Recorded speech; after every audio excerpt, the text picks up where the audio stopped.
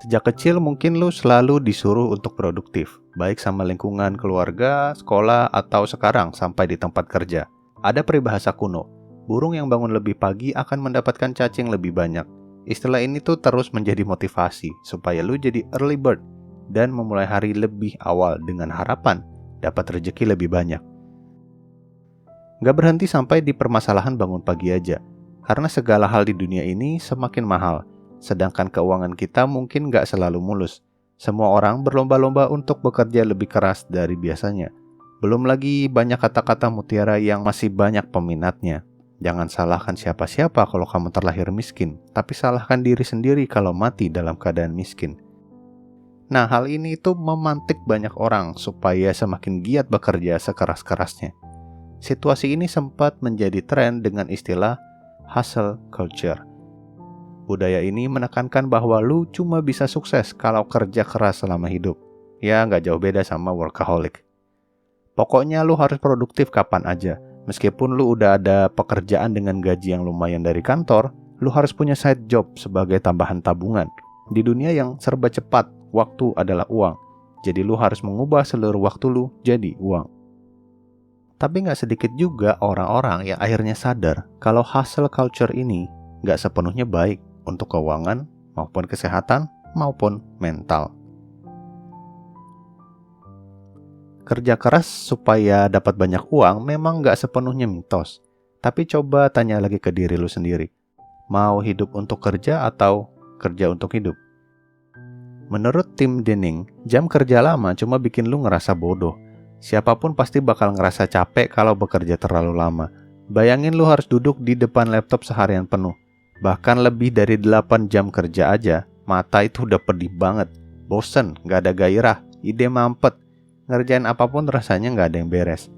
Secinta apapun lu sama kerjaan, pasti akan ada momen waktu lu ngerasa muak dan berharap gak pingin berhubungan lagi deh sama kerjaan. Dan ketika lu bekerja terlalu keras tanpa istirahat sama sekali, gawatnya lu bisa burnout. Urusan burnout bisa merembet ke permasalahan lainnya, mulai dari hasil kerjaan yang gak maksimal, insomnia, depresi, gak produktif, sampai kehidupan sosial lu yang renggang, karena lu terlalu emosional sama kerjaan dan udah terlalu capek. Untungnya ilmu semakin berkembang pesat. Hustle culture dinilai sebagai budaya yang kurang relevan lagi dan harus mulai ditinggalkan. Sekarang lu nggak harus terlalu keras sama diri sendiri. Working smart is way better. Dan tren baru yang harus lu coba adalah slow hustle life atau slow living.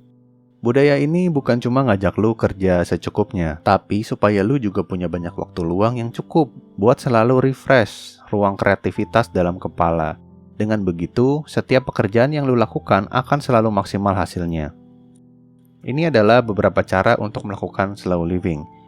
Yang pertama adalah slow down to speed up. Bergerak lambat tidak selalu membuat kita ini terlambat. Nggak juga akan gagal dan ketinggalan dengan yang lain. Kura-kura juga bisa menang dari kelinci kan? Prinsip dasar slow hustle life mengajarkan bahwa dengan bergerak lambat, pekerjaan kita akan jadi lebih baik. Karena pikiran jernih, kita akan lebih bijak, punya waktu untuk berpikir, dapat mempertimbangkan banyak hal, dan membangun hubungan yang lebih baik dengan partner kita. Yang kedua adalah dengan memaksimalkan waktu. Kebalikan dari budaya hustle culture yang mengutamakan kuantitas kerja. Dalam slow hustle, kita berusaha untuk bekerja optimal dalam waktu yang lebih sedikit. Prinsipnya adalah memaksimalkan waktu singkat untuk mengeksekusi. Lu nggak perlu multitasking.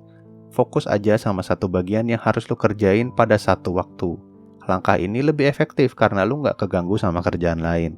Saat lu fokus di satu bagian, lu bakal selesai di waktu yang lebih cepat tanpa lu sadar. Dan lu juga bisa kok kasih timer batas waktu pengerjaan, biar lu nggak terlalu lama fokus di satu bagian aja. Misalnya dalam hal lu lagi planning untuk riset selama 30 menit. Setelah waktu lu habis, ya lu harus berhenti dan kerjakan bagian lain sesuai plan yang lu buat. Yang ketiga adalah 4 jam hari kerja. Masih nyambung dengan waktu yang singkat. Slow living ini hanya butuh waktu sekitar 4 jam sehari untuk kerja maksimal. Kedengarannya aneh ya, apalagi ini malah separuh dari jam kerja yang umum secara standar kita.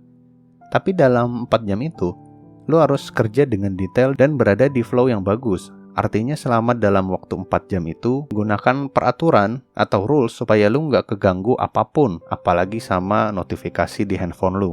Dengan begitu, lu akan lebih fokus saat kerja meskipun rentang waktunya hanya 4 jam sehari. Yang keempat adalah bisnis besar sama dengan mimpi buruk. Hustle culture memang secara umum lu temukan di banyak perusahaan besar.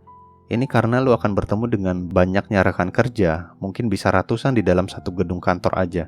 Logikanya pasti akan lebih mudah mengatur kelompok kecil dibandingkan kelompok besar. Diskusi, rapat, hingga politik saat berbisnis dengan banyak orang pastinya butuh pemikiran yang lebih berat. Lu juga nggak bebas melakukan pekerjaan yang menurut lu benar, tapi lu malah harus menuruti keinginan atasan. Makanya, bisnis skala besar dihubungkan dengan mimpi buruk dalam prinsip slow hustle life. Sebaik-baiknya bisnis adalah 1%. Nah, ini kita lagi ngebahas soal efisiensi.